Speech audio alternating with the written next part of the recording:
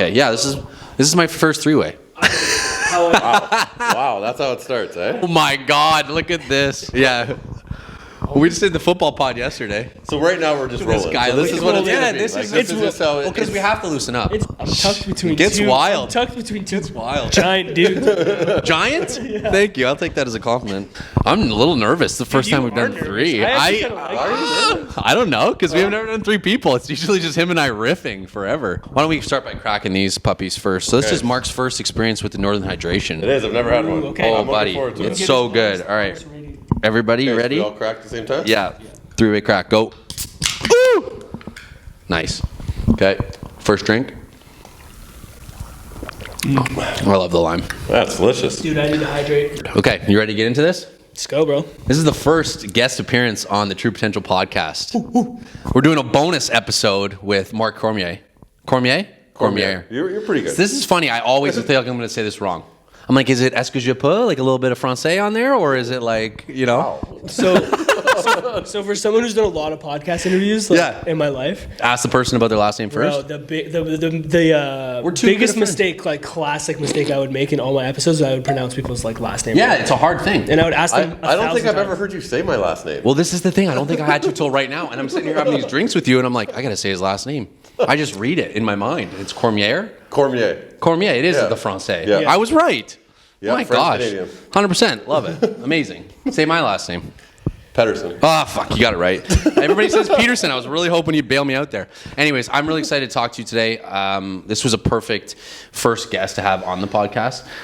You and I have had so many great conversations about fitness, about life. I consider you a mentor of mine and a friend. So thank you. Welcome. Thanks for having me. I'm looking forward to it. I love what you guys do here, and I'm glad to be a part of it. Amazing. So I want to start off, give the viewers just an idea of what you do.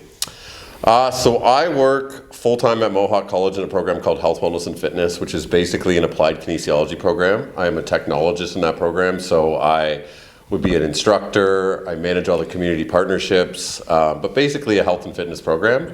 And then I own this company called CSC Performance Coaching, where I train a lot of junior athletes. Yeah, CSC, thanks. I love that you guys are wearing the brand. Let's go. Yeah, and I've been a strength and conditioning coach, personal trainer for almost 20 years. So I would say I've trained 1,000 plus athletes over that course of time at least. Right now I work with about 25 people on a regular basis, ranging from 9, 10-year-olds to 60 or 70-year-olds. And I train out of here, my gym we're in. I train virtually. I also work with a motion capture technology company called Kinetisense. Nice. And I help them develop a screen for golfers that uses basically a 3D camera to assess joint angles and to assess like movement dysfunctions and kind of limitations, and then that helps kind of give golfers an idea where to focus their attention on. Do you remember when you started that project and we did it in here with me? Yes, I do. This guy's like, you're not very powerful and your balance sucks. I was like, oh, okay. Well, thank you. I'm glad that we did this today. I'm not so that candid motivational. with everyone, but Dude, it was the best, but it was actually such a cool, I want to go into that a little bit because it was such a cool thing to see by like degree angles, right? Like where I was kind of off and where I had a lot of room to kind of grow. What are some of the movements that we did in that screen? Remind me. So that would have been just the like general population screen that they developed that I kind of helped branch off into a golf specific one. But I mean, we would have done like overhead squat. We would have done like back flexion extension. We looked at single leg balance. We looked at single leg vertical jump. So there's a wide variety of stuff that encompasses kind of like what your body can do. And Dalton, you went through it too. You know what it is. Yeah. It's so funny because literally Mark is like my go-to for just getting reality checked. Like I'll just come here and work out and he'll be like, yeah, man, like the powerful thing just sits in me. You're just not, like you're strong. Don't get me wrong. Like strong guy, but just not very powerful. Like you cannot push this up There was no fast. velocity. I was surprised. I was like, Mark, where's my velocity going? Like I'm only 33. That's why you can't dunk. Hey. Okay, I can. I haven't done it in a little while. Now I have motivation. I'm coming to this podcast with motivation. I didn't expect that. Wait till you leave. This is a good transition though, because, and again, I don't want to like build you up too much as my like favorite dude, but just like I'm extremely impressed by you because at 40 years old this year, right? I turned 40 this year. Yeah. Like I'm old man. To me, again, I said it, but like you're what I want to be at 40. Like I want to be as fit as you at 40. You're probably one of the fittest 4-year-olds I know. You run consistently. You're extremely strong. You're very powerful. And it translates to the sports you play. I know golf's a big one, but you talked to me about you played basketball recently and you feel really great at 40. And I think that debunks a lot of what people think people can do at that age. For sure. So what does it take to be you at this age? What have you kind of focused on, as the years have progressed? And just, talk to me a little bit about your training. Well, I've always been an athlete. I've played sports my whole entire life. I was a high-level basketball player my whole entire life until kind of I got into college, kind of post-secondary education. And obviously I was in the strength and conditioning world, so I've always been around a gym. So I've done everything you can imagine, from powerlifting I did in my early 20s to I played around with CrossFit. I played around with endurance training. I used to cycle 100-kilometer bike rides. I would do pretty much any kind of functional training that was, around, or was I would say the cool thing at the time. And I've really fallen in love with just basic strength training and running. So the majority of the time, what I'm spending my weeks doing is 3 or 4 days I'll lift. And then depending on if I want to run a race, or depending on if I feel like running more at that time of the year, I'll run anywhere from 3 to 5 days a week. So in the summer, I was only doing about 3 days a week, and I was focusing on lifting more. I was trying to actually get a little bigger over the summer. Hell yeah! And why Let's not? Go. Right? Why not? And then I plan on running a few races next year. So now I just, this past week, I ran 5 times this week. So nothing too crazy yet, but I'm going to kind of ramp up until the spring, and I want to run Sulphur Springs again. I want to run this 10K race with one of my athletes, and I probably will do it either a half, or if I feel good, next year I'll do a marathon. So I've never done more than 30, so I've done around the Bay a few times. But I think being consistent is the big thing. I think a lot of people put too much, I got to go to the gym for an hour and a half, or I got to go to the gym and do certain X, Y, and Z. Most times I come in here and I'm in here for 30 or 40 minutes lifting. I go run, I might run from anywhere from 30 minutes to an hour and a half. It doesn't always have to be this big, long, extra thing. And then on top of that, I would say I live on the ground. So I don't sit in the couch a lot. I stretch and do a lot of mobility stuff on the ground at night. I'm always moving with my clients. Obviously at work, when I'm in the gym, at the college, I'm constantly moving. I'm a very active person, and I think that has helped. Yeah. What's your step count per day? Well, I would say somewhere between 20 and 30,000 every day. Yeah. See, and that's the thing. I think I've had to understand the step count thing is, I know it's kind of gimmicky, and people use it as the longevity, the way to longevity or whatever, but it's true in a sense. It's just counting you being up and doing things, right? It's just a good marker of where you're at. It is not everything, obviously. You're not going to, have the physique of Mark Cormier at fucking 40 with just steps. But at the same time, it's important, because the more you move, the better you're going to feel, and the better shape you're going to be in generally, right? So it's huge. That is something I've done as I've gotten older too, is 20-minute walks. Yeah. And a day like today where it's snowing, I'm not going for a 20-minute walk. No, but in the summer, let's say it's 8 or 9 o'clock, I put my kids to bed, and my wife's just laying on the couch, she doesn't want to do anything really, and it's I'll just go walk around the park for 20 minutes. Yeah. And it's not about fitness. It's about maybe digestion. It's about getting my head right before I go to bed. It's about thinking about what's the next step in maybe my career, what's the next step of what I want to work on. Right. It really opens your mind up that way. So I think if you think about fitness not only for your body, but for Dalton, you can vouch for this, but running is probably how I've been most creative in my life. Right? Thinking about what I want to do with my job, or what I want to take my next cert, or whatever. It's a good point. It clears your mind. So I think a lot of people look at fitness as just for physical health, but I think it encompasses so much mental health as well. Yeah. I think the one thing I want to highlight, it's so important, is the consistency of doing it for a long time. It's I try to share this on my Instagram a lot, because people will come into your story at a certain part of your life, and they'll look at what you're doing, and they'll be oh my God, this is crazy. If you rattle off all the things that you're doing on a daily basis, from business to fitness, it'll be dang, this guy's crazy, which it is, but you don't see the consistency that's been stacked over the last 20, 30 years of your life, especially in fitness. And I think that compounds so much, where you're at a point now in your life where it's you can kind of pivot to do whatever you want and probably be fine. But that comes from the consistency of just showing up and training year after year, and I think it doesn't really matter what modality it is. It's just do it consistently. It's okay, you want to power lift? It's power lift consistently for a period of time, build some muscle mass, run for a period of time, stick to something consistently so that your body adapts, and then you can kind of get to a certain place place where it's like, okay, now you have the freedom to do a little bit more of like what you want to do or play a little bit. And I think that's like one of the coolest places to get to from a fitness standpoint. I totally agree, man. And I think like a lot of the times if I deal with people who aren't looking for a specific outcome in terms of athletics, like that's my conversation. What do you like to do? Yeah. What do you want to do? Why I go running a lot, and probably why you do, I enjoy it. Yeah. Like I enjoy going out and doing it. I like to lift weights, so I lift weights.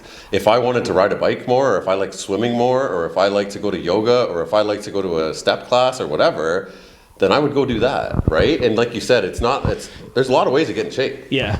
Right? And it's about finding something that you will do consistent. And you're so right too. I mean, like where I was when I was 20 to 30 to now 40 is all different, but I've always pretty much been similar. Yeah. Right? It's never been huge ups and downs. But I don't think people right? can fathom 20 years, right? Like that's a long time. Yeah. Like that's a long time to be training like and to get to where you are now. And I think sometimes it can be a bit overwhelming for people who are starting new, but it's like even if you're starting at 40, it's like 10 years of training is that you can do crazy things in 10 years with your body. Yeah. If you're consistently training and then you're 50, it's like it's never too late, but it's like start as soon as you can. I totally agree with you. Yeah, and I've seen people that start later that still have amazing results, and someone who starts younger, then you can see the development. And like, I didn't start really lifting weights till I was about 18, and like now I deal with kids that are starting to move a little bit of weight a lot younger, and it's like, oh, I wish I would have done that. It's like, I wish I would have done that. But right. that wasn't my path, right? And I've been able to do it in a different way, but it's like everyone has a different let's say exercise journey, or everyone has a different I hit the mic. It's okay. Everyone has a different exercise journey, or everyone has a different capacity for when they can do more in their life. Yeah. And I've learned to be very empathetic through working with so many different people over the years and dealing with so many different students that like some people are like comparing themselves to me or to Connor, to you, and it's like it's easy to do that, but like you're different. You have different circumstances. You have different responsibilities. And I think like understanding where you are and understanding that something here has to be part of your life. Yeah, I compare myself to you. Oh, here we go. Yeah, he's on my vision board, but that's not. It's between me and the vision board. But no, you said something in there that I want to highlight because we've had this conversation many times. You know, what if I started earlier? Because we started early by comparison. Yeah. But you know, how early can you start lifting weights? You work with a lot of young athletes. Yep. So talk to me a little bit about when you can start lifting weights, how you start working with these athletes at younger ages, and why it's actually beneficial that they do that stuff. Yeah, so I mean, when I was starting to be in this world, there was a lot of information out there about like it'll stunt your growth, and there might be issues around like joint plates or around kind of the development in your body. And I mean, we were talking about this a little bit before. I mean, I think getting somebody in a gym and moving around a little bit of weight is a lot safer than playing video games for 5 hours a day. 100%. Right? In a terrible posture and doing things like that. So we're seeing that right now. My son has been lifting my little kettlebells, since he was 3 years old. My daughter is already lifting them up. Do I have them with the trap bar? Do I have them under a bar? No. But they're moving a little bit of weight pretty young, right? Yes. I don't really train people under 8 years old in my business. And even at 8 years old, I'm building more athleticism, coordination, reactivity, like movement patterns. I want to teach you how to squat. I want to teach you how to do a hinging pattern. And honestly, a healthy relationship with training. And that's the other part, the habit. My kids live in this gym. My kids are in here with me in the morning when I'm training. My kids look at this as, this is normal. You need to work out. Yeah, it's right? play. So it's play, right? But I mean, my son now, like, he does box jumps on that bench. I know 15-year-olds that can't do box jumps on that bench. He can deadlift a 70-pound kettlebell and like pick it up, and he's That's 7 years crazy. old. But he's literally, he's started with me where I wouldn't let him do that, but he can do that with perfect form. Yes. Right? He's doing push-ups on the ground. He can do pull-ups now, and like little things like that. Like I wish I was exposed to that. When I was a kid, it was like, go play sports. Now, me saying that you can work out at that age in a supervised way is fine. But kids still need to get out and be active and play every sport they can, and go play tag and go do stuff like that as well. Well, let's talk about that, because I think there's a lot of kids that are specializing in their sports now. I mean, you work with golfers. We had this conversation actually, because in golf, it's very one-dimensional. You swing one way over and over and over, right? So you can get kind of imbalances that way. And that can lead to injury as well too. But I think with sports, especially right now, like kids need to play other sports. It's how you develop other parts of your body and your ability to move, right? So talk to me a little bit about the golfers you work with and what you get them to do to kind of counteract how specialized they are.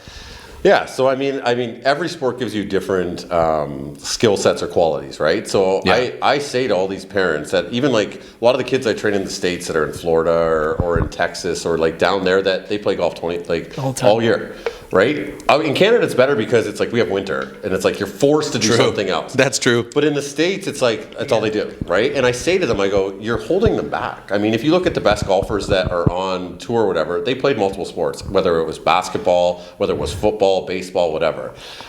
So I'm always still trying to get them to do another sport. Now, if they won't, right, then to me the gym is another sport, right? If you're only playing golf and you're not going to play another sport, then we're going to teach you how to be agile. I'm going to teach you how to move left or right. I'm going to teach you how to jump, because in golf you're not necessarily doing that. Golf is a very rotational driven sport, right? Yeah. It's all rotation. So I'm going to move you more in the sagittal plane or forward and back or side to side and get you to be not as imbalanced that way. Because if you don't, then if you specialize that early, by the time you're 16, 17, 18, you've developed in a dysfunctional way. So I think that's something that a lot of parents, like, they have good intentions by giving their kids, like, you got to do this more and more and more. Yeah, they want the best for them. When you're young, like, you got to do everything you can. Like, Bryce plays every sport you can imagine. He does football, baseball, soccer, basketball, adventure running, golf, everything. And eventually he'll pick one sport. But, like, I'm not just ever going to be like, you're only playing this one sport, right? You have to be able to... And even when he picks it, he'll still do other stuff, right? Of course. But it's like you're holding your kid back if you're not letting them play multiple sports at a young age. You shouldn't really specialize till you're, like, 13, 14. I mean... The research is out on that. I was going to say that. Yeah. And we're not even talking... Like, we're talking about the body. And let's talk about the mindset. Let's talk about the enjoyment factor. Like, these kids want to play at the end of the day. If this sport that I love stops being play for me, I'm just going to stop playing. I don't care how good I am. I'll just, like... detract from it. And like, that's the problem. If you push these kids too hard, they just won't enjoy it anymore. Enjoyment is like the pivotal thing for you to actually grow and reach your potential in a sport, I believe. Yeah, for sure. The other thing I want to highlight is the one day I came in here and Bryce is literally doing an obstacle course of like exercises as I come in. He's like, hi. And he just keeps running like around in a loop. It's the best thing I've ever seen. But he's that's so making happy. it fun. Yeah. And then we go shoot hoops. Yeah, like it's not always, when he comes in here with me, it's not like I'm like, all right, we're doing 3 sets of squats today, or we're doing this. It's not structured like our workouts are structured, right? I'm going to make you do some of these movement patterns in a fun way. Right? We put on his favorite music. Like, you make vibing. It's like when we went to the park as kids. Yeah. Right? That's an obstacle course. 100%. There's pull-ups there. You're doing step-ups there. You're jumping off the... Well, and this is the thing. Your body is load, right? You're moving 100%. your body. You're carrying that all the time. Yeah. He gets a good kick out of that because I had a conversation with a client the one day and I was like, he's like, well, I'm not supposed to lift, blah, blah, blah. And I'm like, you are lifting that. That's your body weight. All like, the time. you're lifting it every day. You are load. Yeah. Like, it's load. like... That's a good That's point. got to be on one of your next shirts. Yeah, you are load. I think it's a good point, though, to like even what you're talking about with kids, and it's on the opposite end of the spectrum. I find a lot of times people are so worried about lifting weights that they're going to hurt themselves or whatever, but you don't even, like, kids will go do some crazy shit outside where they'll put so much load through their body, and you're worried about them picking up a 10-pound kettlebell. Exactly. It's like the same thing with like older people who are like, oh, I'm scared to deadlift, I'm scared to lift weight, and I'm like, you just lifted your grandson who's 50 pounds. It's like, you don't think you can pick this kettlebell up off the ground? Yeah. It's like, it's this idea that you tell yourself in your head that like really can deter you from like doing it, Well, and a lot of times you're cold doing that stuff. Yeah. Right? Where it's like, this is a safe environment where we warm you up and like put you in the right spot. You're gonna be okay to lift this. Trust me. Yeah. You are ready for this. Yeah. The best thing is like when people have to move houses, I think. And like we had to move him in the summertime. Yeah. And I think we both looked at each other and went, oh, thank God we're in shape. For sure. Like getting off that truck, picking up heavy shit, going at weird angles. I'm putting my shoulder out here. I don't want to get away from the mic. But like, it's like, what the hell am I doing? Yeah. It's so abstract and just in weird ways, right? But like, this is the thing. This is how people get hurt. They move in a weird direction because they have to actually do something in their life, and bang, oh, my back, right? And that just doesn't even happen from that one moment. It's like but I all think the other shit. that's what like a lot of people don't look at fitness as too, is like just quality of life for longer. Oh man. Right? Like you're gonna atrophy, like you're gonna lose muscle year after year as you get older. And if you don't at least maintain what you have, then the rest of your life is gonna be harder. So like if you're not in shape at 20, what do you think you're going to be at 60? Yeah. Right? So that, I think, has always been an internal factor for me, too. It's like, I don't want to be 60 and be like, I've just wasted away or whatever. Dude, it's your retirement savings plan for your body. Yeah, Muscle is your retirement savings plan for your body. You have to stack this up as much as you can, and then as you retire physically a little bit and you lose some of it, you need a reservoir of it. If you don't have it, buddy, good luck. Yeah, it's gonna be harder and harder. Yeah. Good luck. My business partner Will and I were talking about this the other day. He had a client who was like, "Yeah, I didn't go like to my neighbor's like event that they had because like I didn't have the car to like drive down the street and I wasn't gonna walk." Wow. Yeah. Because of like all these issues. I'm like, don't you think that might be a problem? Yeah. That is like a red flag. That is not good. Red flag. You said a really good thing though earlier about the posture thing and like the couch and just being up and just how like in your life you're more up, because I think of that all the time. Like I'm just moving all the time, and I have trouble now sitting for long periods of time because my like, just through work I'm always moving. Yeah. So I think people just need to find ways to do that. And I'm sorry, but like, yeah, you can throw in a walking pad, you can do all these things, but like to the mental side of things as well too, getting like detached from your surroundings, getting a break for your head, slowing down, going outside, right? Even when it does become winter, dress up and go for a walk. Like, for sure. You need to also mentally detract. Don't try to skip steps. I just don't like how this like all these products that are out there to like make it easier to do exercise, but it just like is still removing some of the benefit of just a new environment and getting outside and doing all this other stuff, because there's a mental part that like a walking pad isn't going to do for you.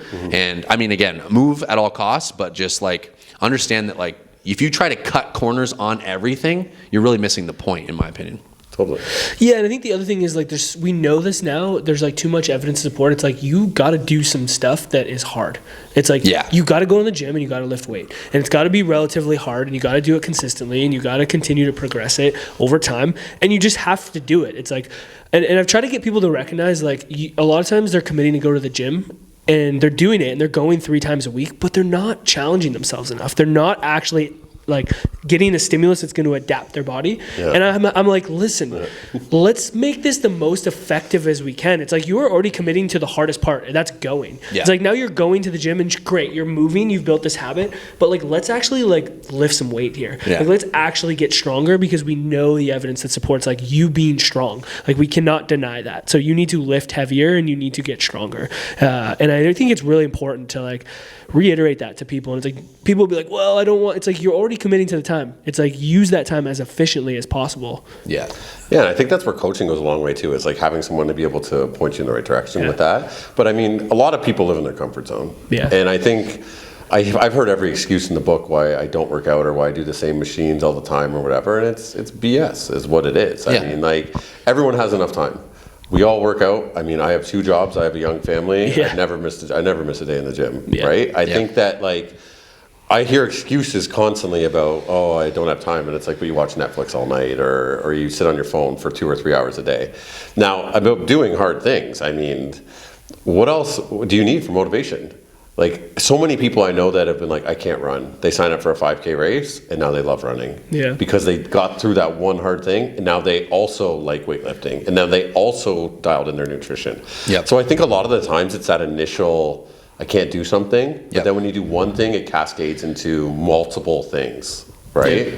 But I want to talk about this because we can't speak to this, and it's an important thing, because I'm sure people at times look at, you know, Dalton and I and go, well, you don't have kids and you don't have this and blah, blah, blah. You got a cat, bro. Yeah, you have a cat. That's all you have to take care of. So you have 2 kids, right? I have 2 kids. You and your wife have 2 kids.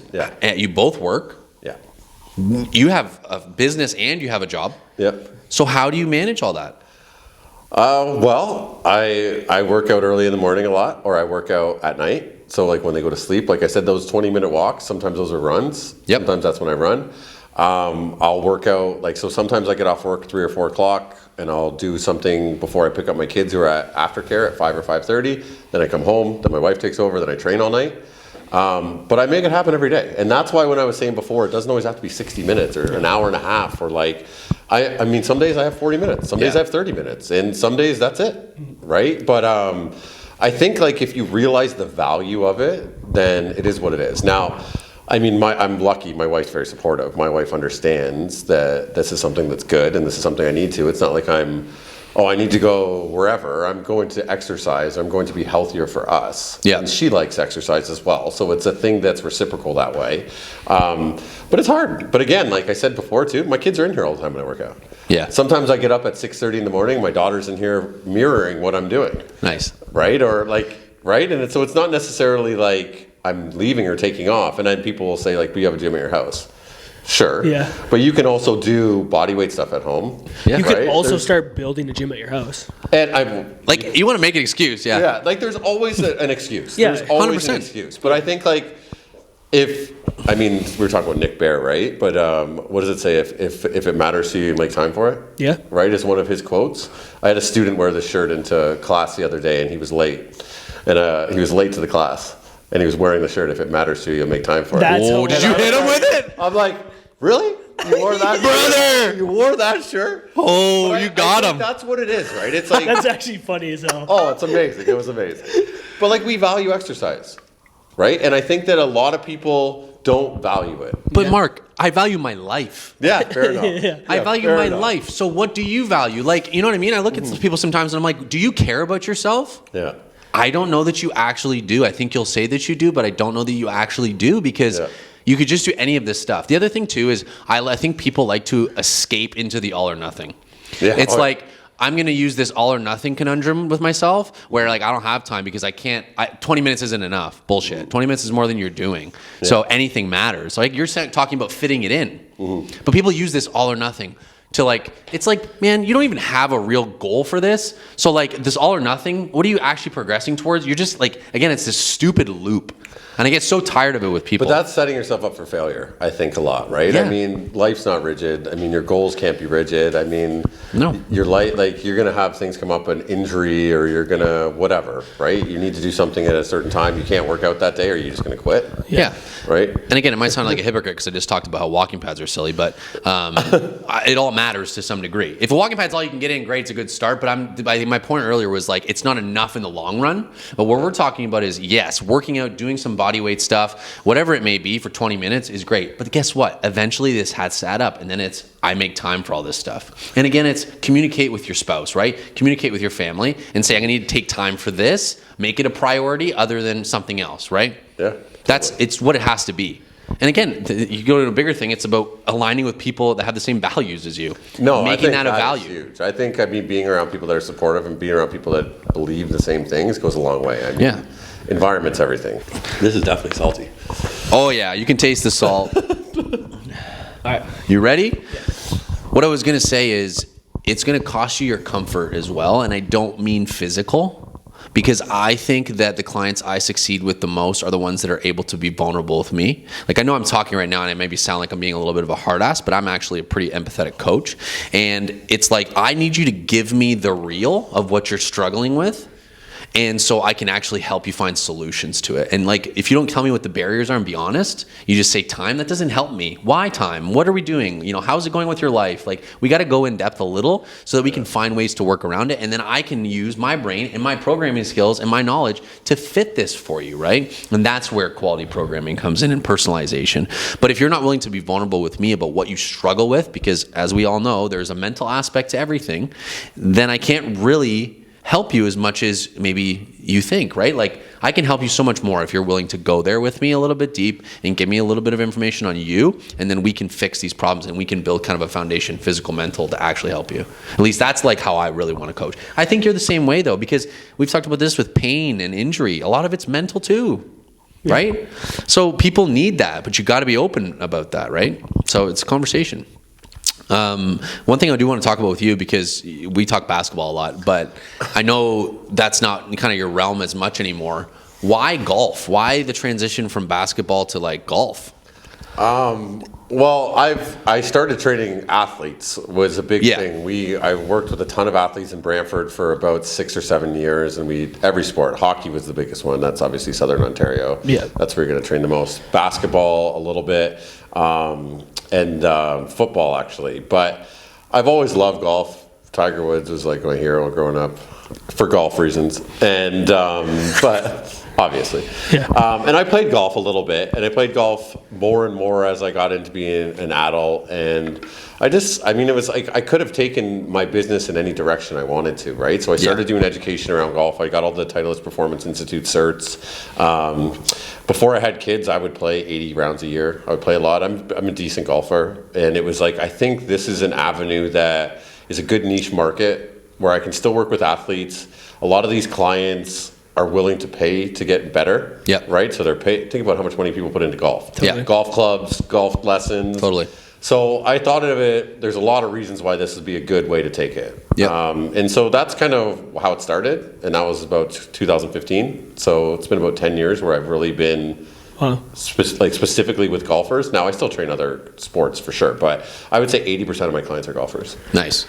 Yeah. And talk to me about, so you mentioned some of the projects you're doing, but like give a couple shout outs to some of the projects that you're working on right now golf wise. So I helped develop that screen, which is called Cam's Golf, and that screen basically takes a bunch of different movements and it provides the user with areas of dysfunction or maybe some mobility or stability limitations that they should focus on. So that is something that launched this year. There's a certification course that goes with it that I developed as well. So someone who's a physiotherapist, somebody who's a golf coach, someone who's a personal trainer, strength coach can take this cert, understand more about the golf swing, understand more about golf and fitness and how that kind of correlates, and then they have access to using this screen. When I started working with golfers, it was all qualitative movement, so it's all by eye, and now a lot of this stuff's quantified. So now we have numbers that go along with it, and so when we test and retest, it goes a long way. I work with Golf Forever, so I'm an ambassador for Golf Forever, which is a piece of fitness equipment that is used a lot in the golf world, and that's like Scotty Scheffler, who's the best golfer in the world, is the face of it. So I've done a bunch of stuff with them to kind of promote that product, and a lot of my golfers use it. And then other than that, I mean, I think where I hope my career will continue to go is developing junior athletes, and hopefully have some of these athletes go play on the tour. Some of the kids, one of the kids I train in the States got second in the world last year. Another kid got 20th. Another kid got 30th. So like these are kids that have potential through the roof. So I think I find a lot of fulfillment working with people who want to get better.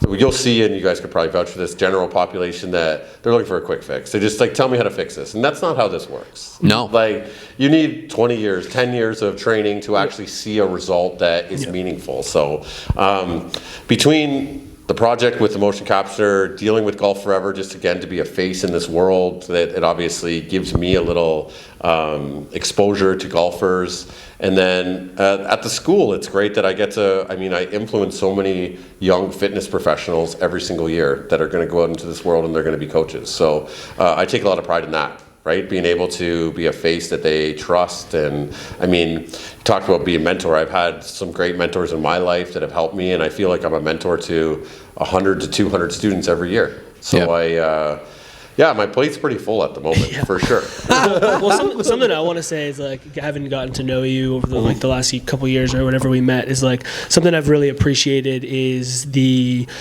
level of commitment you have to the profession from like many different realms. It's like you are on the ground floor training athletes, and here virtually you're doing this. You're adapting to technology, and you're trying to figure out how do we get technology in this to make this more effective so we can move the profession forward. Yep. You're on the forefront of like mentoring and bringing students and people into the profession in a way that is like good and like are going to produce good quality people, which we just need more good quality people in this profession.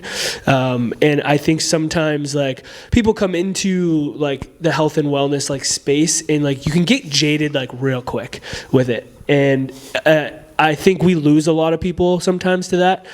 So it's cool to see you just like continue to expand yourself in that realm and have such an impact in many different ways. And it's probably and I'm just assuming, and correct me if I'm wrong, it's probably what's kept you in it for so long, is like you have these different outlets of like how you can express your skills, and you're learning from different things and you're applying it. It's like, it's probably kept it very fresh and interesting and different versus like every single day you show up and you're training just that same person like over and over again. Yeah, thanks. I appreciate that. But yeah, no, definitely. I mean, I'm in a very unique space to be able to be in education and to be able to see so many people and then come out and then still have a lot of my own kind of authority in my own business where I get to actually run the show and show people what to do. But then bringing that back to the students, they love that because then they look at me as like somebody who's doing it. Yeah. But with the technology, I mean, like I don't see training or physio or any of this stuff being replaced because people want to talk to people.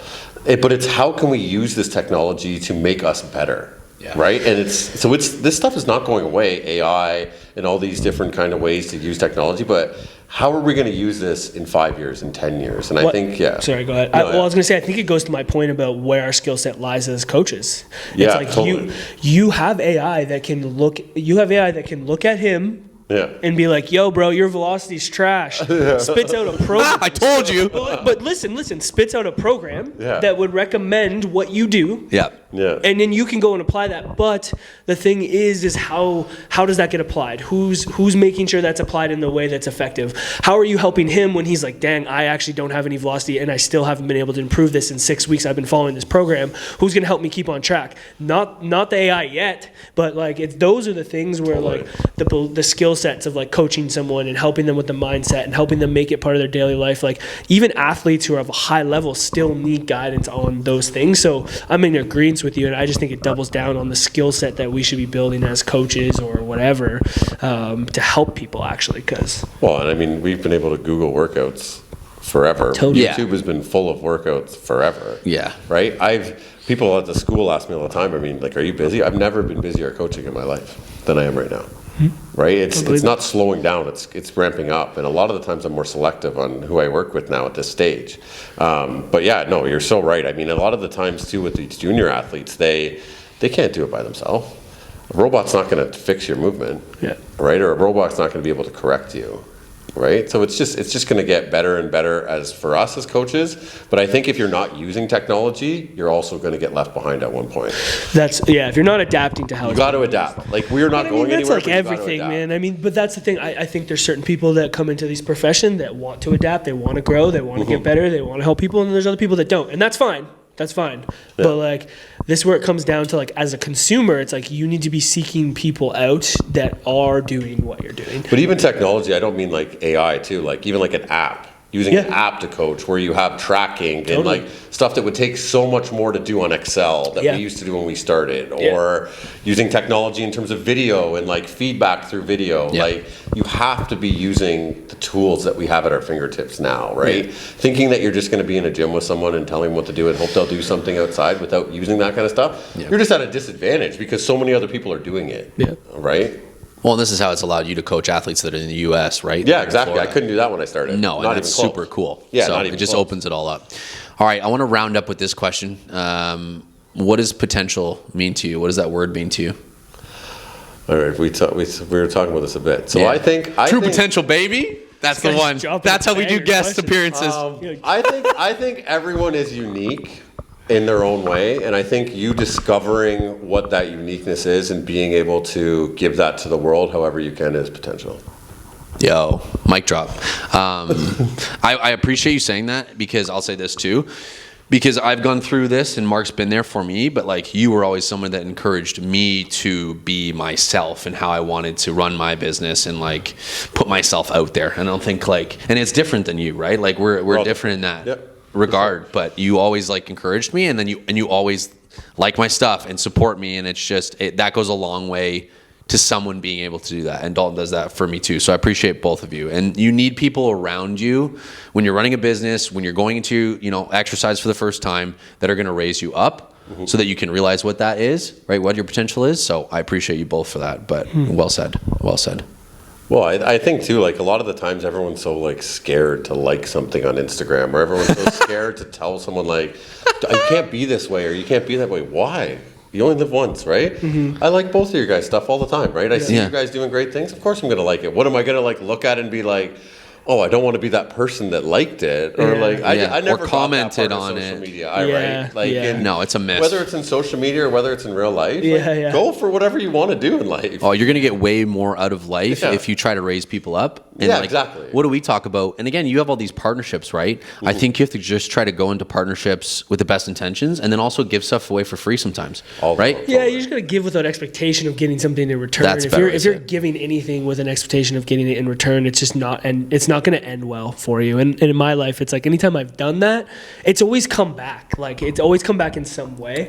And then if it hasn't, and I give that to someone, I've probably gotten something out of giving it at that level that it doesn't even matter that nothing came back in return. And I think like far too often we're so worried about that it prevents you from just giving, which then ultimately ends up giving back the best things that you could have, you know? Yeah, everybody's so thought like it's all like it's a transactional relationship. Life is not like a transactional relationship. It's not currency. It's not I pay you $60 and I get XYZ. It's going to be more sometimes. It's going to be this sometimes. It's going to, right? Like you got to ebb and flow with it. Just like when you have 20 minutes to work out, you got to make it count.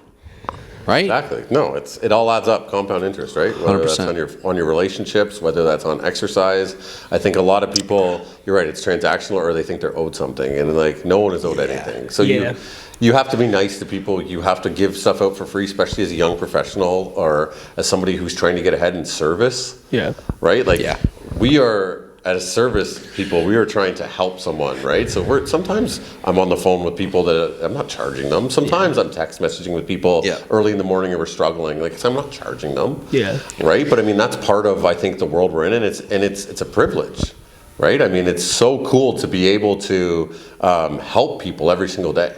Yeah. Right? Whether that's with injury, whether that's with performance, whether that's with general health. And I think that's why this is the coolest industry. It's incredible. It's like a war zone out there, bro. Dude, it's snowed like crazy. The snow comes down and everything goes, everyone goes crazy, bro. On that note, we better wrap this up so we can get home in this blizzard. Anyways, Mark, absolute pleasure. Appreciate you so much for coming on. Me. Thank you so much for having me. That's a wrap. Oh, I got to shake your hand too. Thank you. That's a wrap. Bonus episode. We're done. Peace. Awesome. That was great.